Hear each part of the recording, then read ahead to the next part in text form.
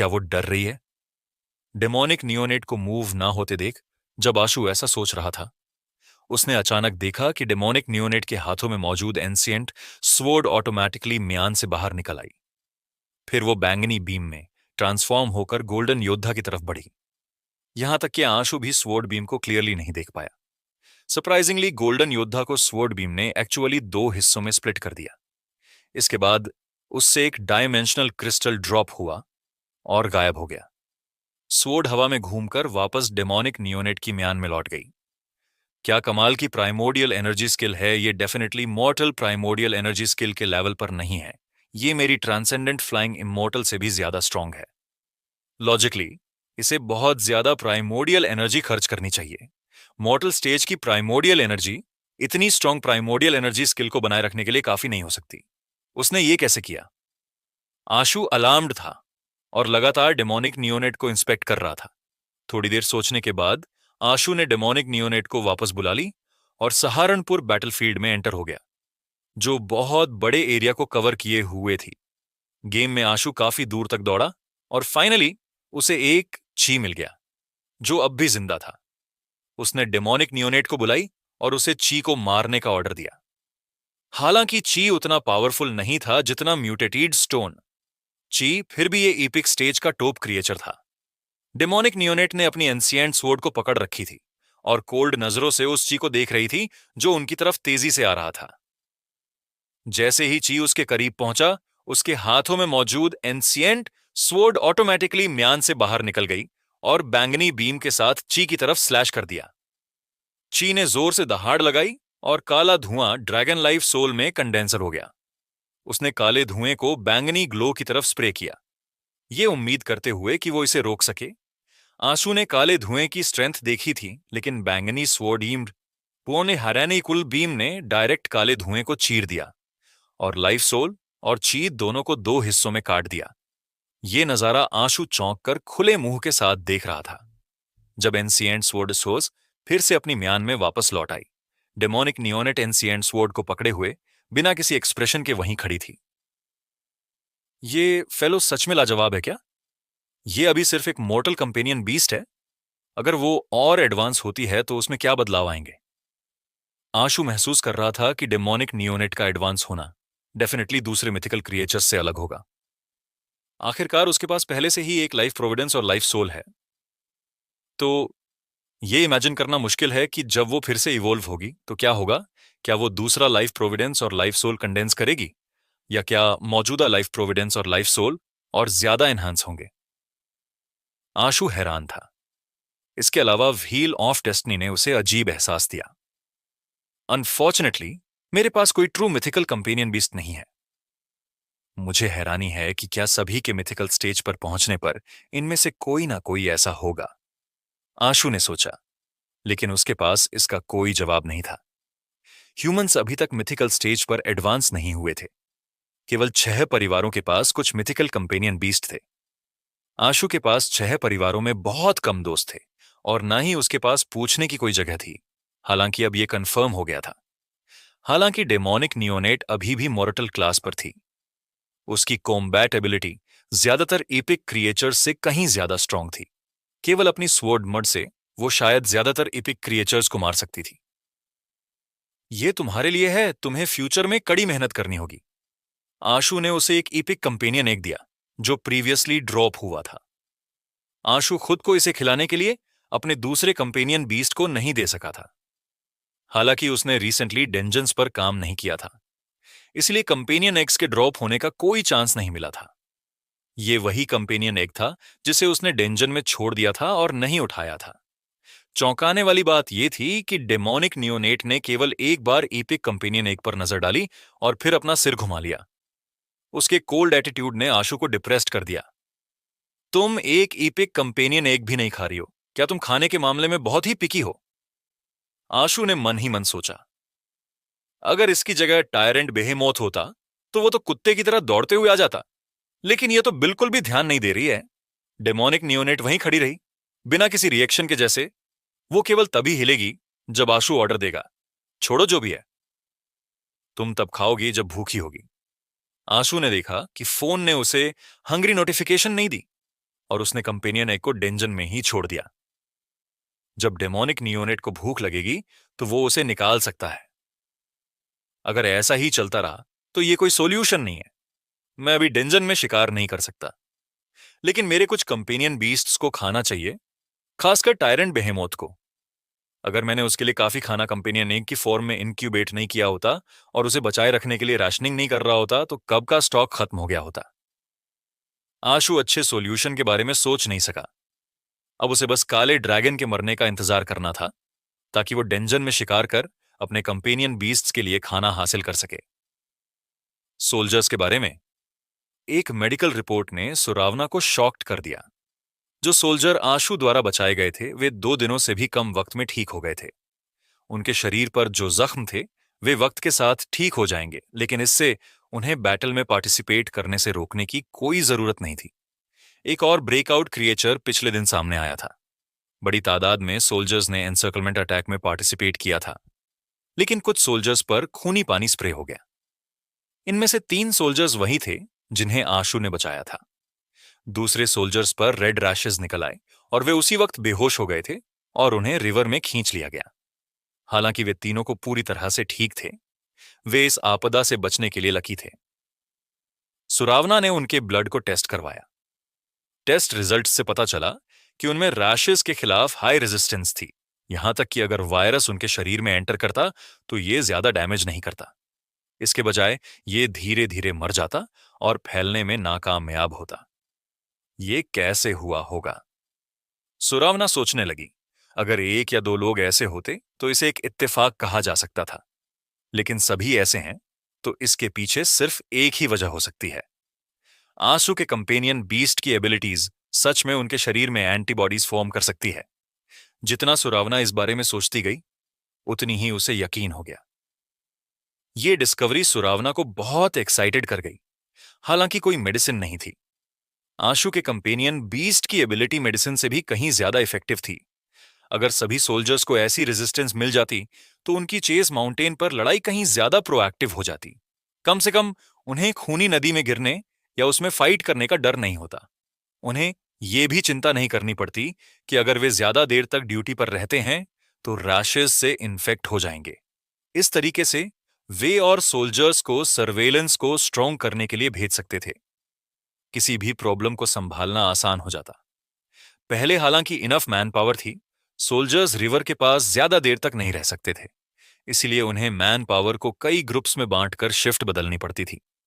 लेकिन अब आशु की एबिलिटीज के साथ इतना ज्यादा झंझट करने की कोई जरूरत नहीं थी।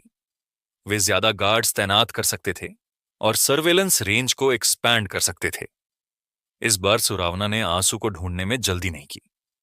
इसके बजाय वो शाहिद के ऑफिस गई। शाहिद ऑफिशियल मैटर निपटा रहा था। तभी उसे गार्ड से पता चला कि सुरावना उससे मिलना चाहती है। वो जो भी काम कर रहा था उसे रोक दिया और गार्ड को ऑर्डर दिया कि सुरावना को अंदर बुला लें। हालांकि सुरावना सिर्फ 30 के आसपास की थी और उसकी रैंकिंग बहुत हाई नहीं थी, लेकिन मेडिकल टीम 10,000 से ज्यादा ऑफिसर्स और सोल्जर्स की लाइफ के लिए रिस्पॉन्सिबल थी, इसीलिए शाहिद ने जरा भी लापरवाही नहीं बरती। सुरावना मुझे क्यों ढूंढ रही हो? शाहिद ने कोई दिखावा नहीं किया। इसके अलावा सुरावना के परिवार का कुछ रिश्ता उसके साथ था, इसलिए वो हमेशा सुरावना को अपनी जूनियर की तरह ही मानता था। सुरावना ने कहा, शाहिद अंकल, मुझे किसी के बारे में आपसे जानना है। कौन है जो इतना खास है कि तुम्हें पर्सनली यहां आना पड़ा? शाहिद ने सुरावना से क्यूरियसली पूछा। सुरावना ने जब से मेडिकल टीम का चार्ज लिया था तब से उसने उनके रिश्ते का इस्तेमाल किसी स्पेशल कंडीशन के लिए नहीं किया था, लेकिन उसने मेडिकल टीम को बहुत अच्छे से मैनेज किया था और सोल्जर्स उसे बहुत एक्नॉलेज भी करते थे। इससे शाहिद बहुत सेटिस्फाइड था। अब सुरावना अचानक किसी को मांगने आई थी। शाहिद को यह जानने की क्यूरियोसिटी हुई कि वो किसे मांगने आई हैं। एक इंटर्न, डॉक्टर सुरावना ने कहा। शाहिद को यह और भी अजीब लगा।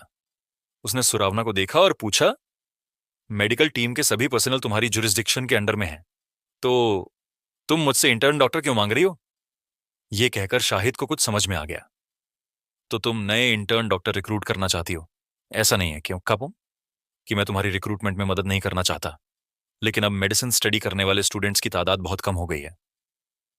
डायमेंशनल स्टॉर्म के बाद जो लोग बीमारियों से ग्रसित होते थे उनकी तादाद हर साल घटती जा रही है और मेडिसिन स्टडी करने वाले लोग भी कम होते जा रहे हैं। इसके अलावा एक आर्मी डॉक्टर बनने के लिए मेडिकल स्किल्स की जरूरत होती है। शाहिद अंकल, नए डॉक्टर को रिक्रूट करने की जरूरत नहीं है। मुझे बस इनकैम्पमेंट में से एक इंटर्न डॉक्टर चाहिए, सुरावना ने कहा। इनकैम्पमेंट में से एक इंटर्न डॉक्टर? शाहिद थोड़ा हैरान हुआ। उसे पता था कि सुरावना ऐसी कोई परेशानी नहीं पैदा करती थी।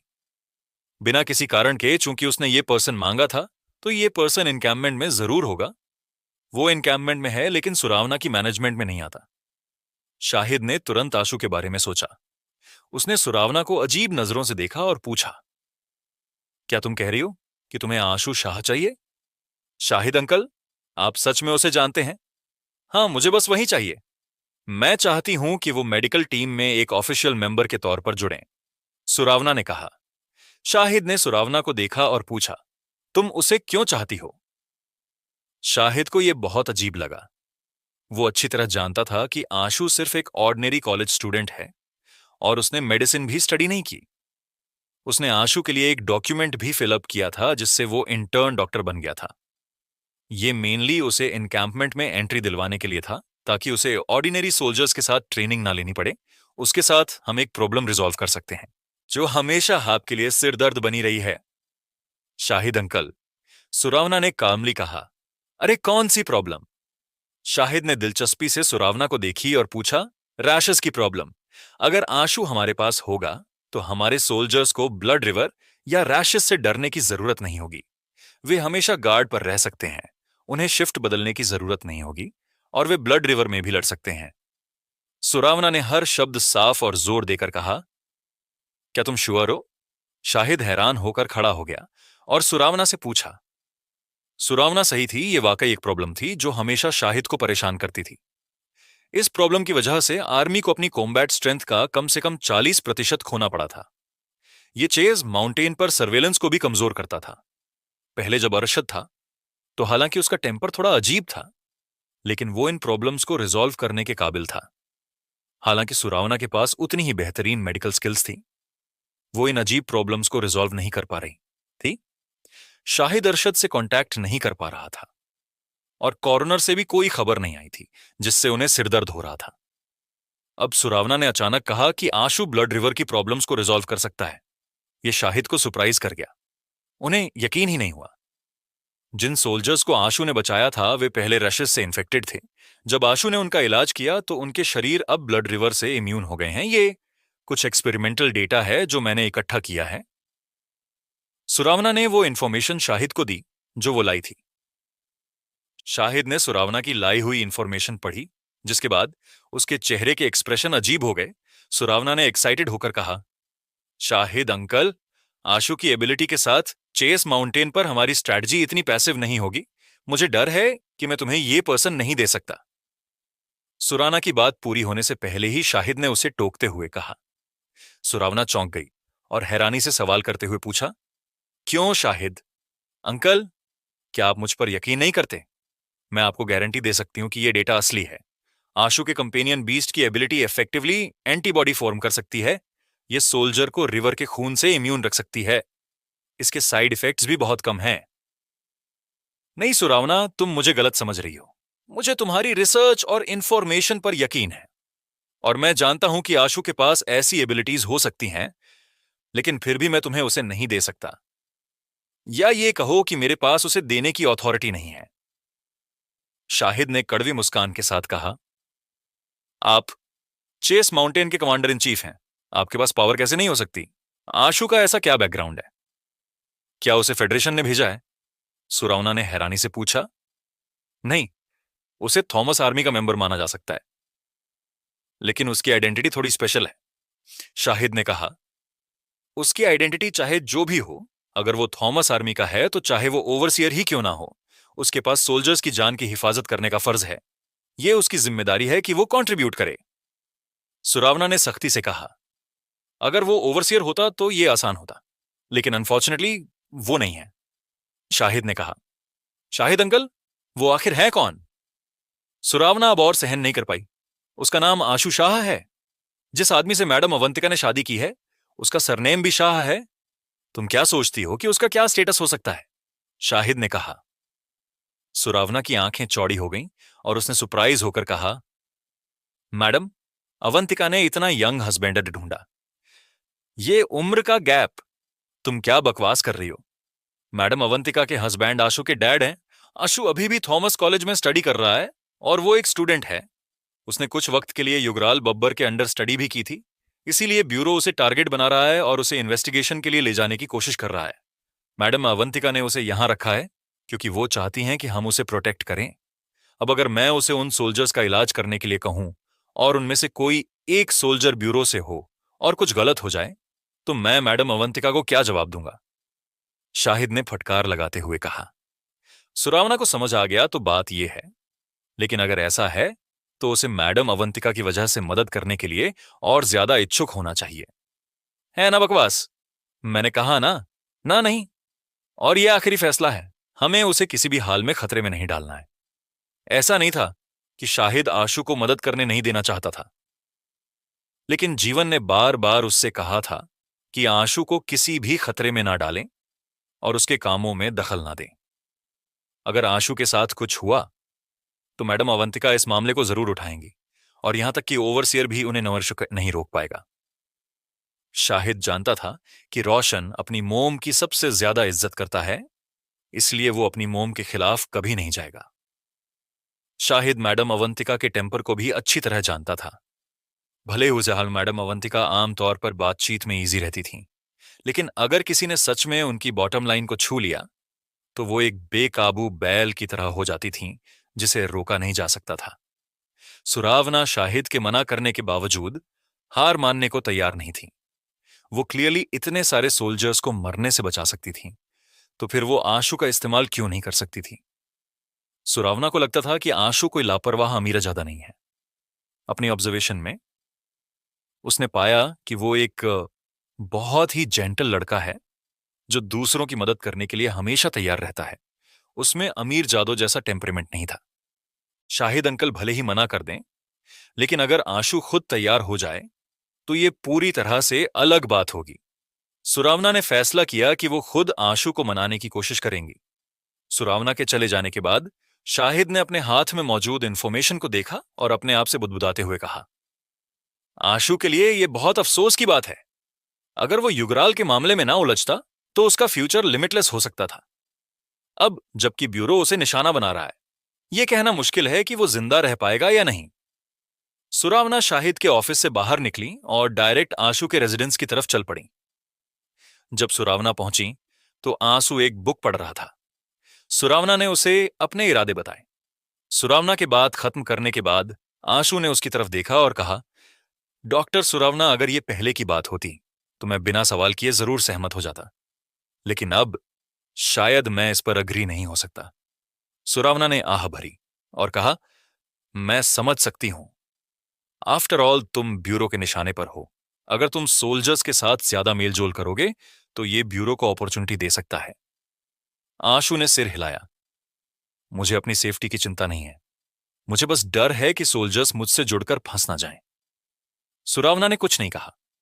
उसे लगा कि आशु के शब्द सिर्फ एक बहाना है। चाहे ब्यूरो कितना भी दबंग क्यों ना हो, यह पॉसिबल नहीं था कि वे आर्मी कैंप में घुसकर सोल्जर्स को मार डालें, तो फिर वे ऑर्डिनरी सोल्जर्स को कैसे खतरे में डाल सकते हैं? सुरावना को यकीन था कि आशु ये सब केवल अपनी डिग्निटी बनाए रखने के लिए कह रहा है। हालांकि सुरावना को आशु के इस रवैये में कोई बुराई नहीं लगी। आफ्टर ऑल, हर किसी के पास सिर्फ एक ही लाइफ होती है। अपनी जिंदगी को प्रायोरिटी देना गलत नहीं था। हर किसी को अपने आप को प्रोटेक्ट करने का राइट है। इसीलिए सुरावना ने कुछ नहीं कहा। हालांकि वो थोड़ी डिसअपॉइंट थी। उसने ये तय किया कि वो उन कुछ सोल्जर्स से एंटीबॉडी निकालने की कोशिश करेंगी जिनका आशु ने इलाज किया था। हालांकि ये प्रोसेस काफी वक्त ले सकती थी, लेकिन सुरावना के पास और कोई चारा नहीं था। सुरावना, अगर कोई बहुत जरूरी बात ना हो तो प्लीज कोशिश करें कि मेरे रेजिडेंस पर ना आए। अगर कोई बात हो तो मुझे मैसेज करना ज्यादा बेहतर रहेगा, आशु ने कहा। उसे लगा कि अगर सुरावना बार बार आती रही तो वो भी खतरे में पड़ सकती थी। विक्रांत जैसे आदमी किसी की भी कमजोरी का इस्तेमाल करने में माहिर होते हैं। एज लॉन्ग एज वो अपने गोल को अचीव कर सकता है, आशु को यकीन था कि विक्रांत कुछ भी कर सकता है। चिंता मत करो, मैं तुम्हें फिर परेशान नहीं करूंगी, सुरावना ने कहा। यह सुनकर वो पूरी तरह से डिसअपॉइंट हो गई। आशु के डॉर्म से निकलने के बाद सुरावना एंटीबॉडीज पर स्टडी करने के लिए वापस जाने की सोच ही रही थी कि उसने एक आदमी को ऑफिसर्स की यूनिफॉर्म में चलते हुए देखा। उस ऑफिसर ने सिर झुका रखा था और उसकी कैप उसके चेहरे के ज्यादातर हिस्से को ढक रही थी। सुरावना उसका चेहरा नहीं देख पाई, लेकिन जैसे ही वो करीब आया, ऑफिसर ने सिर उठाया। जब सुरावना ने उस ऑफिसर को देखा तो उसे वो अजीब लगा। सामने खड़ा ऑफिसर लगभग 30 साल का लग रहा था और उसका चेहरा कुछ पीला था। थॉमस आर्मी में 30 के दशक के कई ऑफिसर्स थे, लेकिन इस ऑफिसर का चेहरा साफ तौर पर वेस्ट डिस्ट्रिक्ट के लोगों जैसा था। वो ईस्ट डिस्ट्रिक्ट के लोगों से काफी अलग दिखता था। हालांकि थॉमस आर्मी में वेस्ट डिस्ट्रिक्ट के ऑफिसर्स भी थे, पर उनकी तादाद बहुत कम थी। नेचुरली सुरावना को उनमें से सभी को पहचानना चाहिए था, लेकिन उसने इस ऑफिसर को पहले कभी नहीं देखा था। जैसे ही सुरावना कुछ पूछने वाली थी, ऑफिसर ने अपना हाथ उठाया और उसके कंधे पर रख दिया। सुरावना डॉज करने की कोशिश करना चाहती थी, लेकिन उसका शरीर उसकी बात मानने से इनकार कर रहा था। जैसे ही उस हाथ ने उनके कंधे को छुआ, वो तुरंत जम सी गई। वो हिल भी नहीं पा रही थी। जब उसने मुंह खोला तो कोई आवाज नहीं निकली। ऑफिसर ने सुरावना की तरफ मुस्कुराते हुए बड़े शालीन अंदाज में पूछा, तुम अभी अभी आशु के रूम से बाहर आई हो, है ना? आशु ने ट्रुथ लिसनर ईयरिंग पहन रखी थी, हालांकि वो अभी भी कमरे में थे। उसने तुरंत प्रॉब्लम का पता लगा लिया। उसने अपने रूम का दरवाजा खोला और बाहर आ गया। उसने देखा कि विक्रांत ऑफिसर की यूनिफॉर्म में खड़ा था। हम फिर मिल रहे हैं। नॉट बैड, तुमने मेरे इंग्रेडिएंट को अच्छी तरह से प्रोटेक्ट किया है। विक्रांत ने आंसू के शरीर को सिर से पैर तक इस तरह घूरा मानो वो अपने फूड को एग्जामिन कर रहा हो। तुम्हें डर नहीं लगता कि एक आर्मी कैंप में इतनी बेपरवाही से दाखिल होने पर तुम्हें घेर लिया जाएगा? इस बार तुम पिछली बार की तरह भाग नहीं पाओगे? या फिर क्या ये भी तुम्हारा एक और अवतार है? आशु ने भी विक्रांत को घूरते हुए कहा। विक्रांत ने सिनिस्टर स्माइल दी। यह कहना मुश्किल है कि किसे घेरा गया है। जहां तक यह सवाल है कि यह मेरा असली शरीर है या अवतार, तुम खुद अंदाजा लगाओ। अगर तुम्हारा अंदाजा सही हुआ तो मैं तुम्हें यह चूज करने दूंगा कि मैं तुम्हें कैसे पकाऊं। आशु ने सीक्रेटली बैम्बू ब्लेड को पकड़ लिया।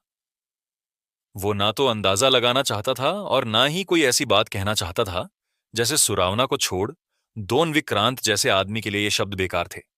उसके लिए लाइफ शायद एक एंड से भी कम इंपॉर्टेंस रखती थी। आशु की उम्मीद के उलट विक्रांत ने सुरावना को उसकी तरफ धकेल दिया। आशु ने सुरावना को उठने में मदद नहीं की। इसके बजाय वो कुछ कदम पीछे हट गया और सुरावना को जमीन पर गिरने दी। सुरावना चौंक गई और आशु के इस बर्ताव से हैरान थी। वो क्यों उसकी मदद करने को तैयार नहीं था? वो खड़ी होने ही वाली थी कि उसने आंसू को कहते सुना, वहीं बैठी रहो और हिलो मत। सुरावना को आंसू का मतलब समझ नहीं आया, लेकिन वो जानती थी कि सिचुएशन ठीक नहीं थी। आशु के शब्द सुनने के बाद वो जमीन पर बैठ गई और खड़ी नहीं हुई। उसने अंदाजा लगाया कि विक्रांत शायद एसआईबी का मेंबर था। क्या हमें मदद के लिए पुकारना चाहिए? सुरावना ने आशु से पूछा। आशु ने हल्के से सिर हिलाया और अपनी नजरें विक्रांत पर टिका रखीं। विक्रांत हंस पड़ा। इतना नर्वस होने की जरूरत नहीं है, मैंने उस पर लाइफ ब्लास्ट प्लांट किया है, लेकिन इसे डेटोनेट करने का मेरा इरादा नहीं है। इनफैक्ट सिर्फ उसी पर नहीं, इस पूरे कैंप में तुम्हें छोड़कर बाकी सभी पर लाइफ ब्लास्ट प्लांट किया गया है। अगर मैं चाहूं तो यहां किसी भी वक्त आतिशबाजी की पार्टी कर सकता हूं। क्या तुम इसे देखना चाहोगे? जब सुरावना ने लाइफ ब्लास्ट शब्द सुने तो उसका शरीर कांप उठा। वो जानती थीं कि इन शब्दों का क्या मतलब है। उसे यह भी समझ आ गया कि आशु ने उसकी मदद क्यों नहीं की। अगर आशु ने अब भी उसे टच किया होता तो शायद वो पहले ही एक्सप्लोड हो चुकी होती। आशु, मेरी चिंता मत करो। डिप्टी गवर्नर को इन्फॉर्म करो। इस तरह के आदमी को किसी भी हालत में जाने नहीं देना चाहिए। सुरावना ने दांत भींचते हुए कहा। ऐसा लगता है कि तुम मुझ पर यकीन नहीं कर रही हो। विक्रांत ने उंगलियां स्नैप करी और कैंप में लगातार धमाकों की आवाज सुनाई दी। आंसू और सुरावना ने देखा कि एक सोल्जर चल रहा था और अचानक एक्सप्लोड हो गया। ऐसे धमाके आर्मी कैंप के दूसरे हिस्सों में भी कई बार हुए। आशु ने चुपचाप अपने मन में गिनती की और कुल 5 एक्सप्लोजन्स की आवाज सुनी। पूरा आर्मी कैंप अफरा तफरी में था, हर जगह अलार्म बजने लगे। सोल्जर्स धमाकों की जगहों की तरफ तेजी से भाग रहे थे। सुरावना ने जमीन पर थोड़ी दूरी पर खून देखा और डम फाउंड रह गई। ऐसा नहीं था कि उसने पहले कभी किसी को मरते हुए नहीं देखा था। कई लोग डायमेंशनल क्रिएचर्स से लड़ते हुए मारे गए थे, लेकिन इस तरह मरते हुए उसने पहली बार किसी को देखा था। साथ ही विक्रांत ने यह भी कहा कि कैंप में मौजूद सभी लोगों, जिनमें सुरावना भी शामिल थीं, पर लाइफ ब्लास्ट प्लांट किया गया है। यह सोचकर कि सभी सोल्जर्स उसी तरह एक्सप्लोड हो सकते हैं, सुरावना की रीढ़ में सिहरन दौड़ गई और उसका शरीर डर से कांप उठा। सुरावना को फाइनली यकीन हो गया कि आशु जो कह रहा था वो सही था। उसे इस बात का डर नहीं था कि सोल्जर्स में से कोई उसे नुकसान पहुंचाएगा, बल्कि इस बात की चिंता थी कि उसकी वजह से सोल्जर्स मुसीबत में पड़ जाएंगे। तुमने ये कैसे किया? आशु ने बिना किसी इमोशन के विक्रांत से पूछा। आशु ने लाइफ ब्लास्ट पर रिसर्च करी थी और जिससे उसे पता लगा कि ये उसकी पॉइजन ड्रैगन पाम के जैसा ही था। लाइफ ब्लास्ट का इस्तेमाल करने के लिए किसी लिविंग मीडियम के साथ फिजिकल कांटेक्ट की जरूरत होती थी। इसके अलावा यह प्रोसेस पॉइजन ड्रैगन पाम से ज्यादा कॉम्प्लिकेटेड थी। यह केवल सिंपल टैप करने जितनी सिंपल नहीं थी। एंड्स एंड लीव्स को मीडियम के तौर पर इस्तेमाल करना आसान था, लेकिन ह्यूमंस को मीडियम के तौर पर इस्तेमाल करना उतना सिंपल नहीं था। आंसू को यकीन नहीं था कि विक्रांत ने एक्चुअली में कैंप में हर किसी पर लाइफ ब्लास्ट प्लांट किया है। उसे लगा कि विक्रांत सिर्फ दिखावा कर रहा है। शायद केवल कुछ ही लोगों पर लाइफ ब्लास्ट प्लांट किया गया था। विक्रांत ने मुस्कुराते हुए कहा, अगर यह सवाल कोई और पूछता तो मैं जवाब देने की जहमत नहीं उठाता, लेकिन तुम अलग हो। यह कहने के बाद विक्रांत ने अपना हाथ बढ़ाया और एक बैंगनी कैट उसके सामने अपीयर हुई। उसके बैंगनी रंग के छोटे फर थे और उसकी पूंछ घुमावदार थी, लेकिन उसकी आंखें काली थीं और उनमें 2 पुतलियां थीं जो उसे बहुत टेरिफाइंग और शैतानी बना रही थीं। एक मिथिकल हेक्स कैट डीमन। हालांकि ये अभी भी इपिक क्लास पर है और मिथिकल क्लास पर एडवांस नहीं हुई है, इसकी एबिलिटीज मेरे साथ पूरी तरह कंपैटिबल हैं। इसे पाने के बाद मुझे खुद लाइफ ब्लास्ट प्लांट करने की जरूरत नहीं है। मुझे बस लाइफ ब्लास्ट को इसके कोर्सेज में ऐड करना होता है। जिन पर यह कर्स लगाती है उन पर अपने आप लाइफ ब्लास्ट लग जाता है। विक्रांत एक्साइटेडली कहा, हेक्स कैट डीमन। और उसकी एबिलिटी ये विक्रांत के साथ परफेक्टली मैच होती थी, जिससे उसकी पावर्स काफी बूस्ट हुई थी। कर्स की भी कोई लिमिट होनी चाहिए, है ना? ऐसा तो नहीं हो सकता कि ये कैट जिसे चाहे कर्स दे दे। आशु ने अफरा तफरी मचे आर्मी कैंप की तरफ नजर डालते हुए विक्रांत से कहा, बिल्कुल हर पावर की लिमिट होती है। हालांकि हेक्स कैट डीमन एक मिथिकल क्रिएचर है, इसकी भी रिस्ट्रिक्शंस हैं, लेकिन ये लिमिटेशन मेरे लिए कोई प्रॉब्लम नहीं है। अब इस आर्मी कैंप में हर कोई, जिसमें ये महिला भी शामिल है, मेरा बार्गेनिंग करने का मोहरा बन चुका है। अगर तुम नहीं चाहते कि वे सभी आतिशबाजी बन जाएं तो चुपचाप मेरे साथ चलो, विक्रांत ने कहा। तुम मुझे सीधे कर्ज क्यों नहीं देते? क्या वो ज्यादा कन्वीनियंट नहीं होगा? आशु ने फिर पूछा। ऐसे बेहतरीन इंग्रेडिएंट को जरा भी टेंट करना अप्रोप्रिएट नहीं होगा, वरना ये एक बहुत बड़ी बर्बादी होगी। तुम्हें डेलिकेसी में बदलने से पहले मैं तुम्हें कोई नुकसान नहीं पहुंचाना चाहता, विक्रांत ने कहा। इसी समय उसने देखा कि शाहिद ईपिक स्टेज के ऑफिसर्स के साथ वहां पहुंच रहा था। कैंप में ऐसे अजीब एक्सप्लोजन्स के बाद शाहिद को तुरंत लगा कि आशु के साथ कुछ हो गया। अगर चेस माउंटेन से कोई डायमेंशनल क्रिएचर बाहर आया होता तो यह पूरी तरह से साइलेंट नहीं होता। उसने पहली नजर में पहचान लिया कि यह टेक्निक लाइफ ब्लास्ट थी। गवर्नर शाहिद, आगे मत बढ़िए, आशु ने शाहिद से कहा। अगर विक्रांत ने सच में सब पर लाइफ ब्लास्ट लगाया था तो शाहिद और ये एपिक ऑफिसर्स खतरनाक बॉम्ब साबित हो सकते थे। एक एपिक लाइफ फॉर्म के एनर्जी एक्सप्लोजन का लेवल उन सोल्जर्स की तरह नहीं होगा। पूरा कैंप शायद पल भर में मलबे में तब्दील हो जाएगा और आशु खुद एक्सप्लोजन में मारे जाने की इच्छा नहीं रखता था। क्या वो एसआईबी का मेंबर है? शाहिद रुक गया और उसने आंसू और विक्रांत की तरफ देखा, फिर जमीन पर बैठी सुरावना को देखा। आखिर में उसकी नजर विक्रांत पर टिक गई। हालांकि वो केवल विक्रांत की पीठ देख सकता था, उसे यकीन था कि वो ब्यूरो से था। हालांकि वो आर्मी यूनिफॉर्म पहने हुए था, उसके पास सोल्जर जैसी बेयरिंग बिल्कुल नहीं थी। काफी समय हो गया। शाहिद विक्रांत ने मुड़कर शाहिद की तरफ देखा। शाहिद ने विक्रांत का चेहरा साफ साफ देखा और तुरंत घबरा गया। नामुमकिन विक्रांत, तुम कैसे रिलीज हो गए? शाहिद ने विक्रांत के एनसर्कलमेंट ऑपरेशन में पार्टिसिपेट ऑपरेशन में हिस्सा लिया था। इसमें फेडरेशन के कई कॉमरेड्स शामिल थे। उस समय शाहिद अपने एक्सट्रीम पर था। फेडरेशन के एक ग्रुप में इपिक एक्सपर्ट्स के साथ उन्होंने उस साइकोपाथ विक्रांत का शिकार किया। उसे बिल्कुल भी डर नहीं लगा था। उसके अंदर केवल ह्यूमैनिटी के इस अभिशाप को खत्म करने का जुनून था। हालांकि जैसे जैसे एनसर्कलमेंट आगे बढ़ा, उसके और ज्यादा कॉमरेड्स बिना विक्रांत से मिले ही साइलेंटली मारे गए। यह देखकर शाहिद को एहसास हुआ कि विक्रांत एक टेरिफाइंग शैतान है, एक चालाक लोमड़ी, एक जहरीला सांप और सभी बुरे लोगों की नेसेसरी क्वालिटीज से भरा हुआ है।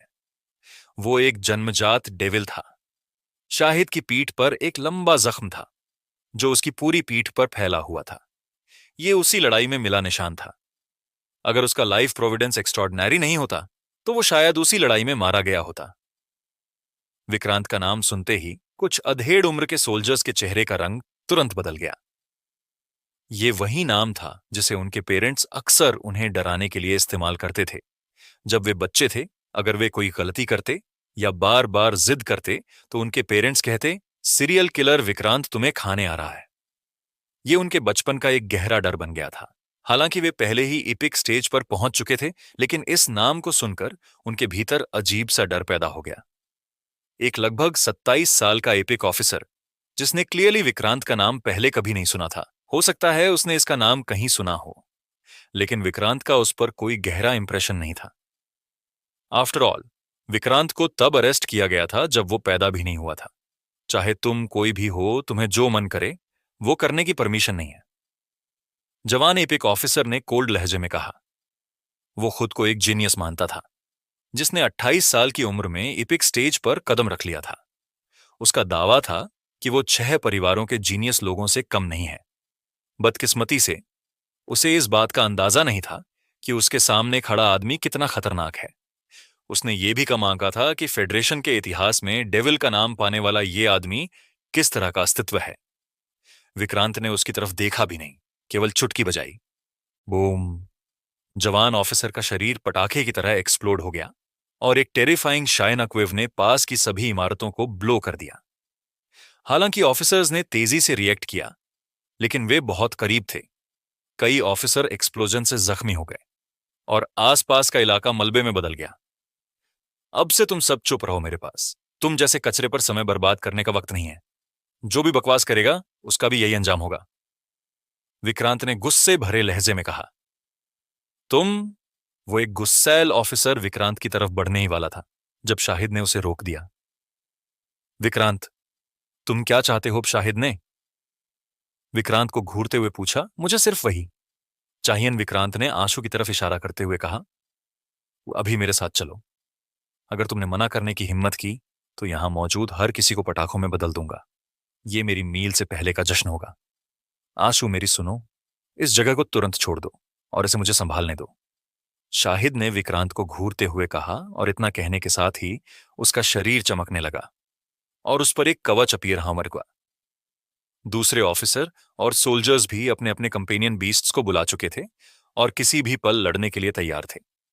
ऐसा लगता है कि तुम अभी भी नहीं समझे कि क्या हो रहा है।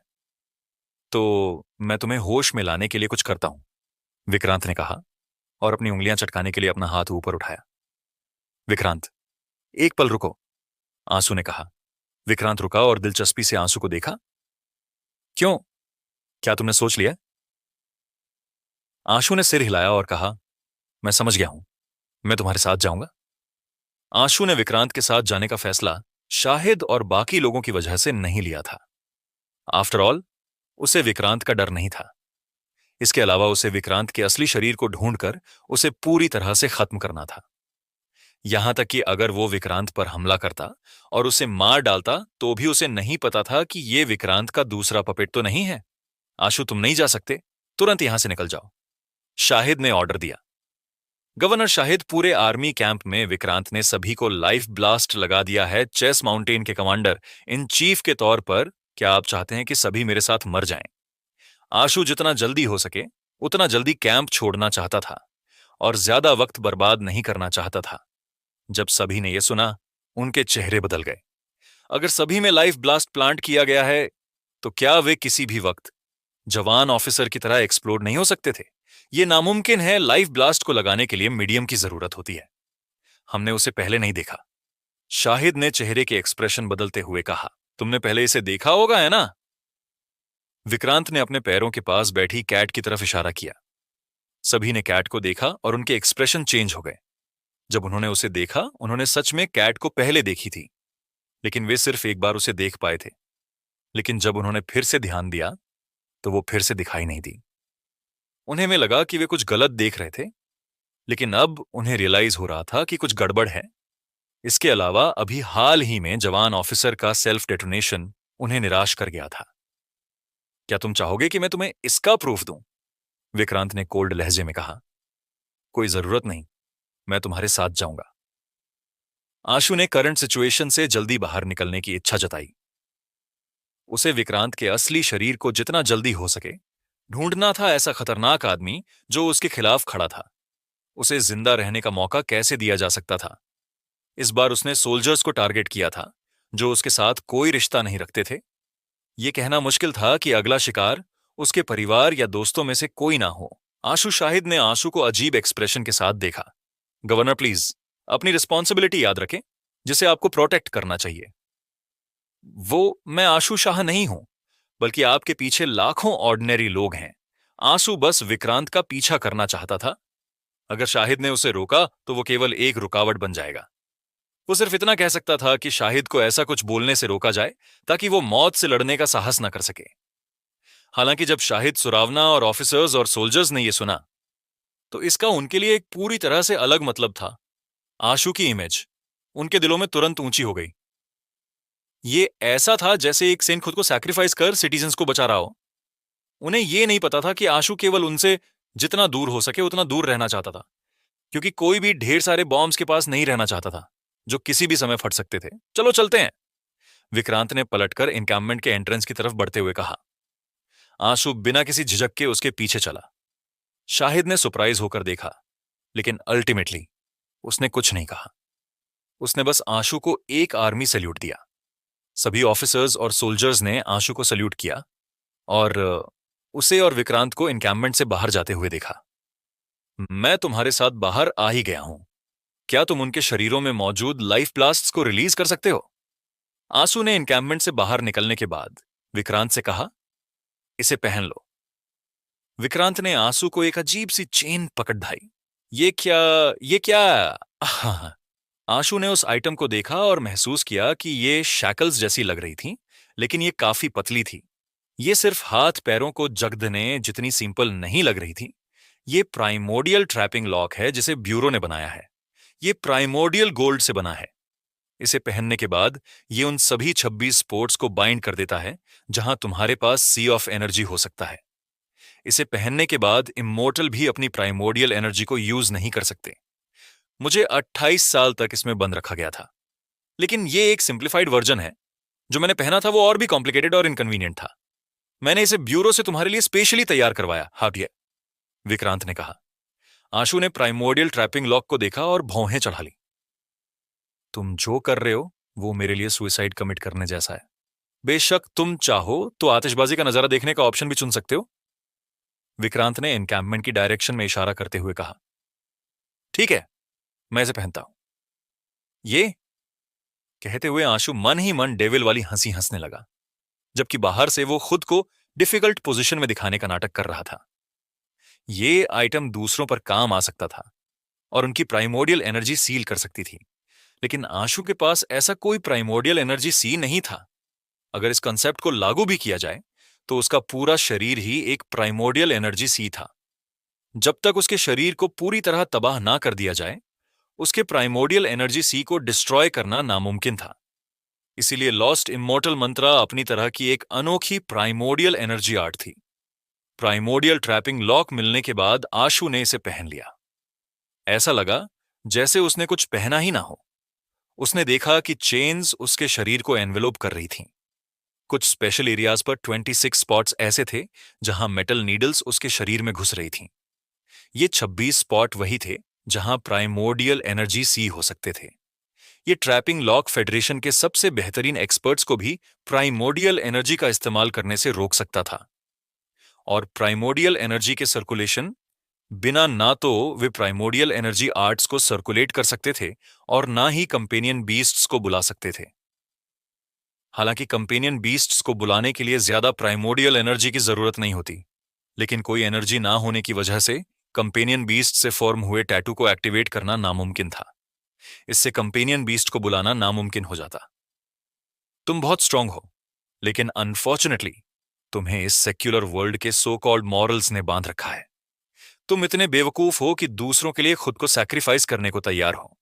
यही एक जगह है जहां तुम कमजोर हो, और यही बात मुझे सबसे ज्यादा डिसअपॉइंट करती है। मैंने सोचा था कि मेरी धमकी से इंस्पायर होकर तुम इन फालतू लोगों को छोड़ दोगे और अपना ट्रू सेल्फ रिवील करोगे और अपनी मेंटल और फिजिकल बाइनरी को लिमिट्स तक पुश कर दोगे। पर मैंने कभी नहीं सोचा था कि तुम इतनी बेवकूफ सामंती नैतिकताओं से ब्रेन वॉश हो जाओगे। यह सच में निराशाजनक है। आशु को प्राइमोर्डियल ट्रैपिंग लॉक पहनते देख विक्रांत ने खुशी के बजाय निराशा जाहिर की। क्या यही तुम्हारा मकसद नहीं था? आशु ने कोल्ड लहजे में विक्रांत की तरफ देखा। बिल्कुल नहीं। मैंने तुमसे पहले ही कहा था कि मैं उस पल को देखना चाहता हूं जब तुम्हारा शरीर और माइंड अपनी लिमिट्स तक पहुंच जाए। केवल तभी तुम दुनिया का सबसे बेहतरीन इंग्रेडिएंट बनोगे जिसका कोई सब्स्टिट्यूट नहीं होगा। लेकिन अफसोस, तुम्हारी मेंटल स्टेट बहुत टेरिबल है। तुम बहुत ही बेवकूफ हो। यह तुम्हारी डिलीशियसनेस को बहुत रिड्यूस कर देता है, विक्रांत ने कहा। आशु के चेहरे पर एक ऐसी मुस्कान थी जिसमें गुस्सा भी झलक रहा था। उसने विक्रांत को घूरते हुए कहा, तुम बुराई करने में इतने परफेक्शनिस्ट हो, मुझे क्या कहना चाहिए कि तुम बुरे लोगों में एक आर्टिस्ट हो या कहूं कि तुम एक घटिया इंसान हो? इससे कोई फर्क नहीं पड़ता। मैं वही हूं जो हूं। मेरी खोज दूसरों की अंडरस्टैंडिंग पर डिपेंड नहीं करती। विक्रांत ने आंसू की तरफ देखा और कहा, अगर मैं तुम्हें अभी खा लूं तो ये एक बेहतरीन डेलिकेसी का अपमान होगा, लेकिन कोई जल्दबाजी नहीं। मैं जल्द ही तुम्हारे माइंड को उसकी लिमिट तक पुश कर दूंगा। तुम क्या करने वाले हो? आशु के चेहरे के एक्सप्रेशन थोड़े बदल गए। क्या तुम महसूस कर रहे हो? तुम्हारा माइंड हलचल करने लगा है। विक्रांत ने एनकैम्पमेंट की डायरेक्शन में देखा और आगे कहा, अब मैं उन बेवकूफ कचरों को खत्म कर दूंगा और तुम्हारे लिए मेंटल ऑब्स्टिकल को खत्म कर दूंगा। मैं तुम्हें तुम्हारे ट्रू सेल्फ में लौटने दूंगा। तुम पागल हो। आशु को तुरंत समझ आ गया कि विक्रांत एक्चुअली एनकैम्पमेंट में मौजूद उन लोगों को मारने की सोच रहा था ताकि उसे उकसाया जा सके। मैं तो बस तुम्हें तुम्हारा ट्रू सेल्फ ढूंढने में मदद कर रहा हूं। यह कहते हुए विक्रांत की आंखें जल रही थीं। तुम पागल हो क्या? तुम चाहते हो कि मैं भीतु हारीपा जाऊं, सुने बिना किसी प्रे के विक्रांत की देखा वो गुस्साहीन ताल किए जाने की कोशिश था कि विक्रांत तुम्हारी तरह पागल बन जाऊं। आशु ने बिना किसी एक्सप्रेशन के विक्रांत की तरफ देखा। वो गुस्सा नहीं था, बल्कि ये जानने की कोशिश कर रहा था कि विक्रांत एक अवतार था या असली शरीर। अगर पागलपन खुशी ला सकता है तो क्यों ना इसे आजमाया जाए, विक्रांत ने काल्म अंदाज में कहा, और हेक्स कैट डीमन को बुला ली। तुमने कहा था कि तुमने कैट डीमन के कर्ज का इस्तेमाल करके सभी के अंदर लाइफ ब्लास्ट प्लांट किया है। ये एक्चुअली में झूठ है ना? आशु ने पूछा। तुम ऐसा क्यों कह रहे हो? विक्रांत रुक गया और इंटरेस्ट के साथ पूछा, मेरी जानकारी के अकॉर्डिंग कर्ज लगाने के लिए कई तरह की रिस्ट्रिक्शंस होती हैं। सबसे पहले कर्ज के लिए एक मीडियम की जरूरत होती है, और कर्ज के जरिए लाइफ ब्लास्ट प्लांट करना और भी डिफिकल्ट हो जाता है। इसकी कंडीशंस और भी सख्त होनी चाहिए। यहां तक कि एक मिथिकल कंपेनियन बीस्ट की कर्ज पावर्स इतनी पावरफुल नहीं हो सकती कि वे बिना मीडियम के किसी को कर्ज दे सकें। एंड ना। विक्रांत ने सिर हिलाया और कहा, तुम सही कह रहे हो। यह सच है कि मैं सभी को कर्ज नहीं दे सकता। मैंने सिर्फ कैंप में किसी एक चीज को कर्ज दिया। जो भी उससे कांटेक्ट में आया वो श्रापित हो गया और उसके अंदर लाइफ ब्लास्ट प्लांट हो गया। ये इतना आसान नहीं हो सकता। इस तरह का पैसिव कर्ज इतनी आसानी से और इतने वाइड स्प्रेड मैनर में नहीं फैल सकता। आशु सर्टेनिटी के साथ कहा, ओ, तो तुम क्या सोचते हो कि मैंने उन्हें कर्ज से कैसे इन्फेक्ट किया होगा? विक्रांत ने रुककर इंटरेस्ट के साथ आशु से पूछा, तुमने पहले एक सोल्जर को डेटोनेट किया और फिर एक ऑफिसर को भी। तो वो आइटम जरूर ऐसी चीज है जिसे सोल्जर्स और ऑफिसर्स ने टच किया होगा। सिर्फ छूना ही काफी नहीं है। उन्हें कर्ज से इन्फेक्ट करने के लिए स्पेशल रिचुअल या मीडियम की जरूरत होती है। पहले तुमने कहा कि सभी के अंदर लाइफ ब्लास्ट सेट किया गया है। तुमने उन्हें हेक्स कैट डीमन दिखाई और उन्हें यकीन दिलाया कि वे इसके कर्ज का शिकार हुए हैं। एक्चुअली तुमने पहले ही ये जाहिर कर दिया था कि तुमने सभी को कर्ज नहीं दिया। आगे बोलो। विक्रांत मुस्कुराया। कैम में केवल एक चीज है जो बताई गई कंडीशन को पूरा करती है। गहराई से सोचने के बाद ये वो लॉगबुक है जिस पर वे अपनी ड्यूटी हैंडओवर करते वक्त साइन करते हैं। तुमने लॉगबुक पर कर्ज डाला और सभी ऑफिसर और सोल्जर जिन्होंने उस पर साइन किए रिचुअल पूरा कर कर्ज से इन्फेक्ट हो गए। तुमने कहा था कि तुमने मुझे कर्ज नहीं दिया क्योंकि तुम नहीं चाहते थे कि मुझे कोई नुकसान पहुंचे। इनफैक्ट ऐसा इसलिए है क्योंकि मैंने लॉगबुक पर अपना नाम नहीं लिखा, इसलिए तुम मुझे कर्ज नहीं दे सके। तुम वाकई बहुत चालाक हो, लगभग परफेक्ट।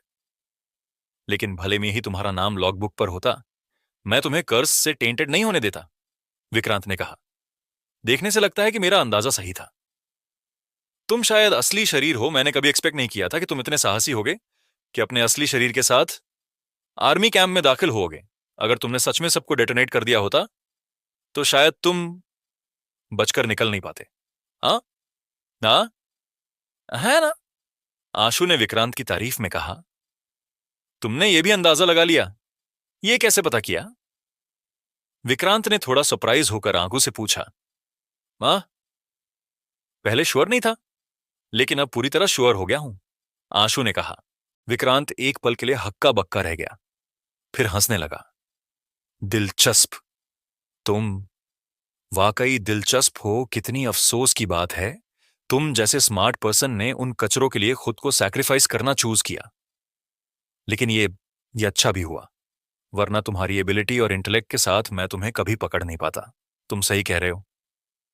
ये मेरा असली शरीर है, ऐसा इसलिए क्योंकि मैं अपने असली शरीर के बिना मिथिकल कंपेनियन बीस्ट को नहीं बुला सकता।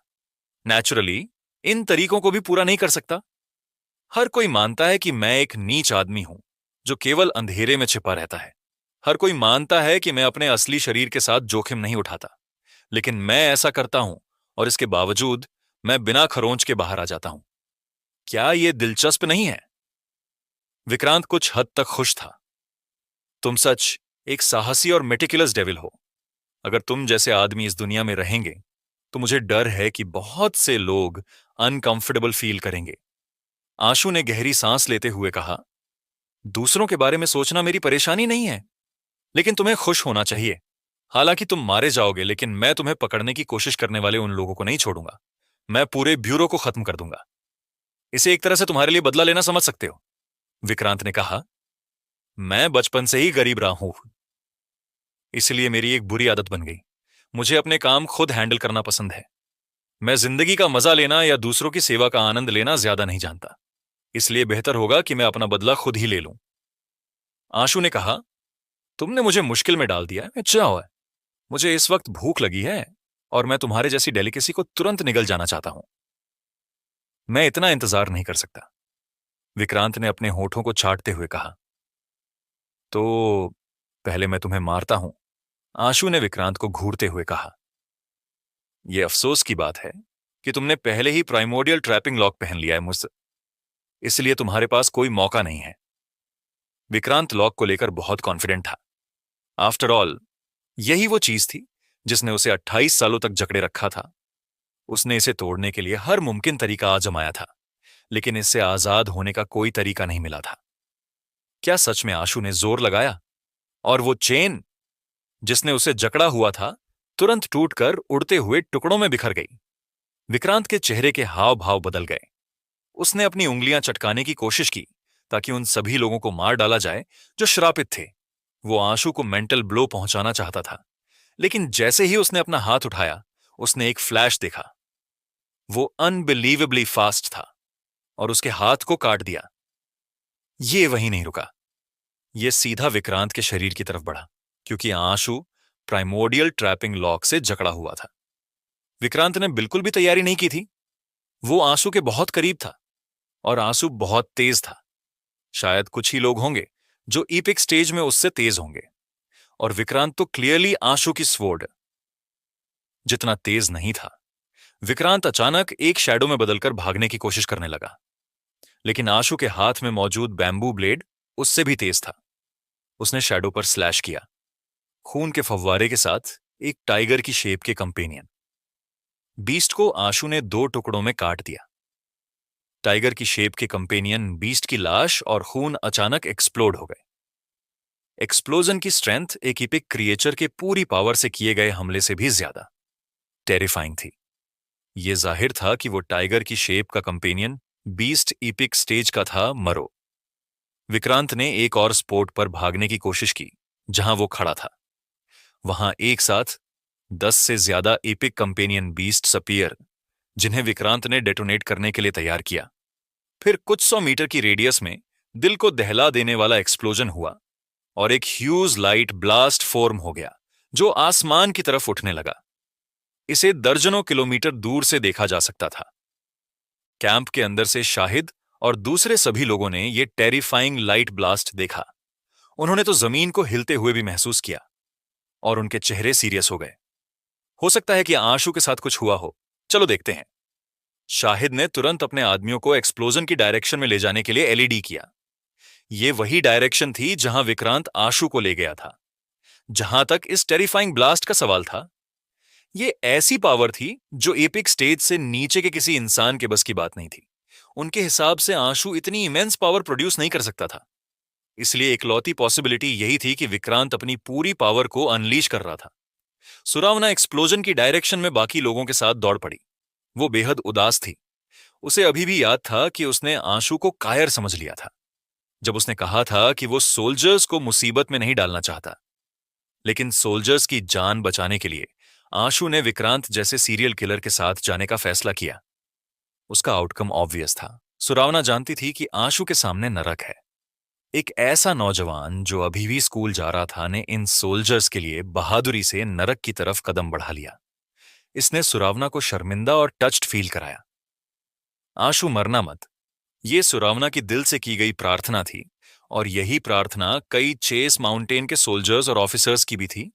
जिस पल आशु विक्रांत के साथ गया, वो अब उनके दिलों में सिर्फ एक साधारण नाम नहीं रह गया था। बाहर विक्रांत ब्लास्ट वाली जगह को घूर रहा था। वो बेहद उलझन में था। वो नहीं चाहता था कि आशु इतनी आसानी से मर जाए। उसकी नजर में ये अच्छे खाने की बर्बादी थी।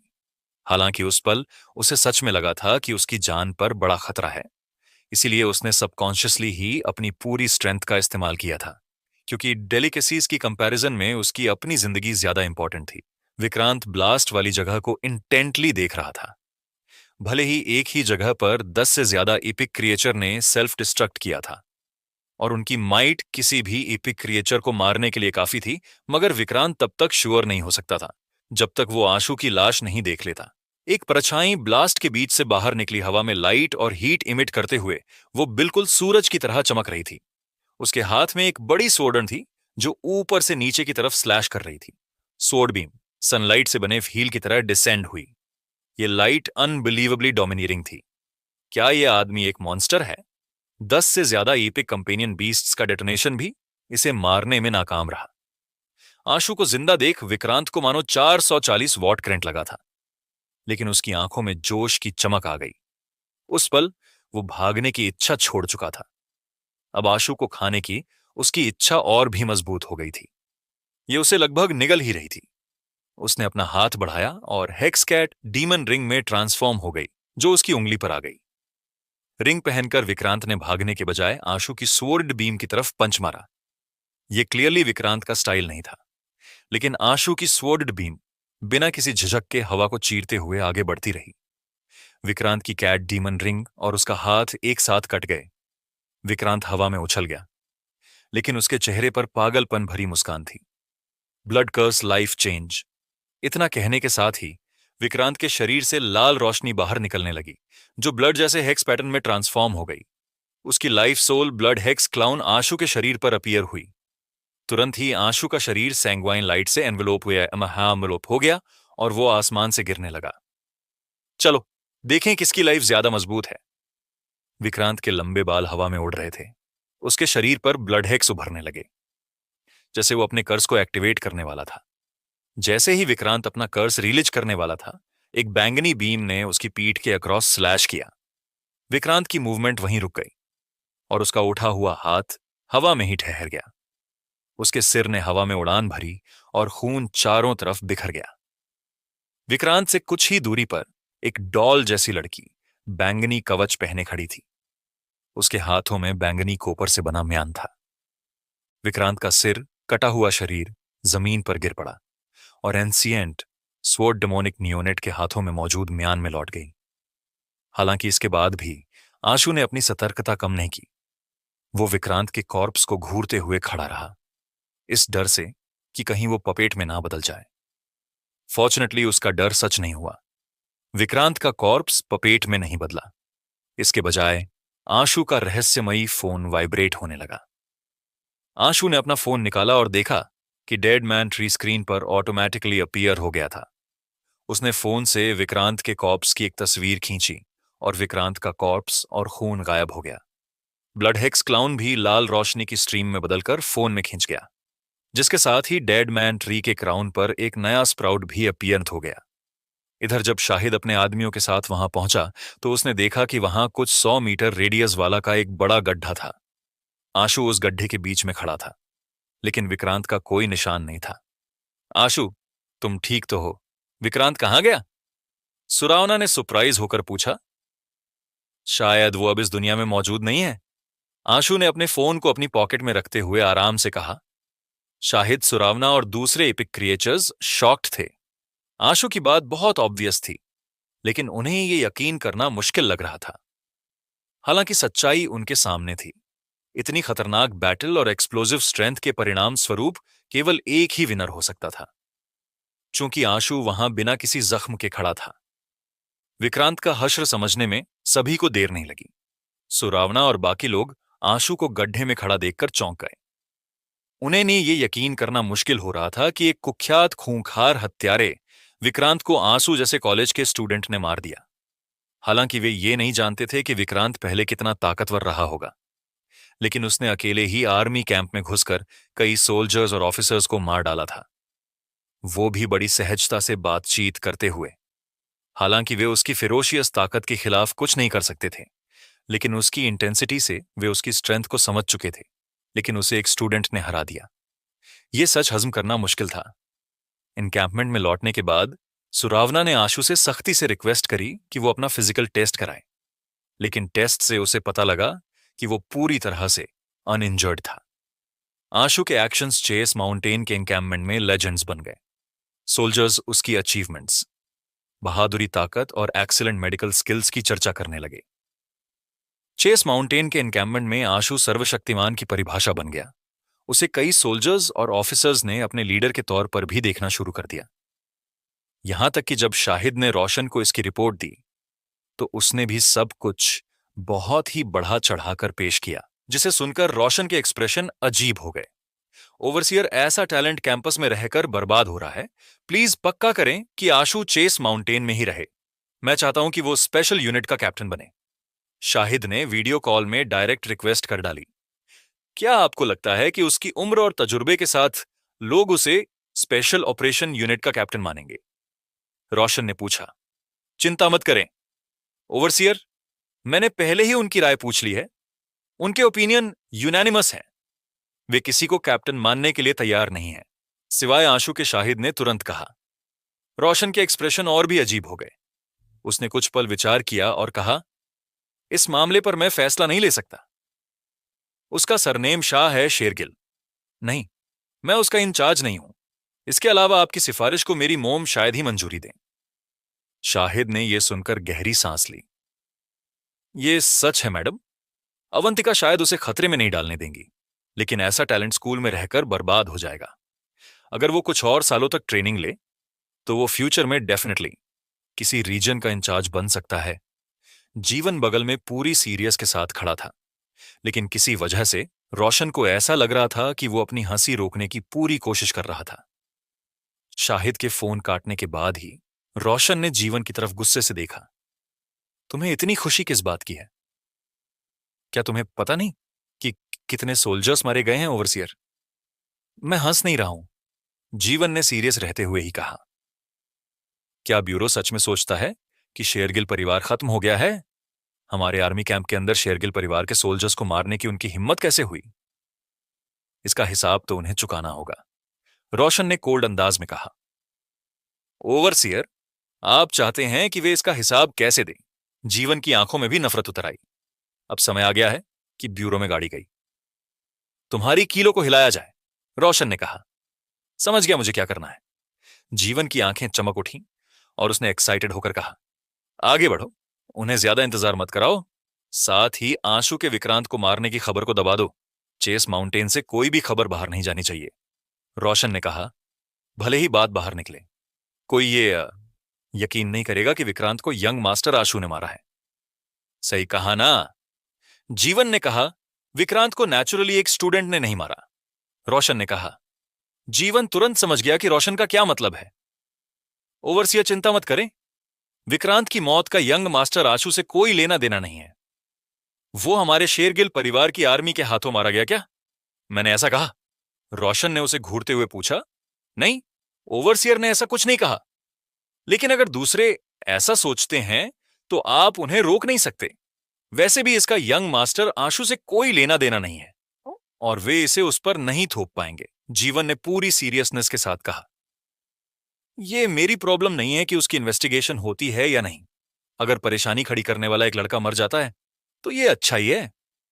रोशन ने अपने ही कोल्ड अंदाज में कहा। ओवरसियर, क्या आप चाहते हैं कि वो चेस माउंटेन पर रुके या स्कूल लौटे? जीवन ने पूछा। उसके मामलों के बारे में मुझसे मत पूछो, घर पर मौजूद पर्सन से खुद पूछो। रोशन ने बिना ऊपर देखे कहा। विक्रांत की मौत के बाद आशु को बहुत रिलैक्स फील हुआ, लेकिन उसका दिमाग शांत नहीं हुआ। ब्यूरो ने एक्चुअली में आशु को पकड़ने के लिए विक्रांत जैसे पर्सन का इस्तेमाल किया। यह उसकी जिंदगी लेने से कम नहीं था। हालांकि आशु की प्रेजेंट स्ट्रेंथ ब्यूरो का सीधा सामना करने के लिए इनसफिशिएंट थी। क्या इस बात का मतलब यह नहीं था कि अगर उसने कुछ नहीं किया तो वे उसे जैसे चाहें धमका सकते थे और बिना किसी हिचकिचाहट के और लोगों को भेज सकते थे? नहीं, मुझे कुछ ना कुछ करना होगा। मुझे ब्यूरो को दर्द महसूस कराना होगा। हालांकि मैं सीधे तौर पर उनका मुकाबला नहीं कर सकता, लेकिन जरूरी नहीं कि मुझे उनसे सीधे लड़ना पड़े। विक्रांत की तरह शायद मैं कुछ और कर सकता हूं। आशु के माइंड में ऐसे ही कई ख्याल आने लगे। आशु को दूसरों से बहस करना पसंद नहीं था और ना ही उसे दूसरों से झगड़ा करने का शौक था। यहां तक कि उसे बहस करना भी परेशानी भरा लगता था, लेकिन उसकी भी अपनी बॉटम लाइन और टेम्पर था। तो दोस्तों, ये थी आज की कहानी। उम्मीद है आपको ये नॉवेल एक्सप्लेनेशन पसंद आया होगा। अगर आप किसी और नॉवेल को सुनना चाहते हैं या किसी कहानी के बारे में जानना चाहते हैं तो कृपया हमें कमेंट सेक्शन में बताएं। हम आपके लिए और भी रोमांचक और मनोरंजक कहानियां लाते रहेंगे। हमारे चैनल एफएस नोवेल एक्सप्लेनर को सब्सक्राइब करना न भूलें और बेल आइकॉन को दबाएं ताकि आप हमारी कोई भी वीडियो मिस ना करें। और हां, अगले एपिसोड के लिए तैयार रहें, क्योंकि कहानी में अभी और भी ट्विस्ट और टर्न आने बाकी हैं। मिलते हैं अगली कहानी में, तब तक के लिए अलविदा।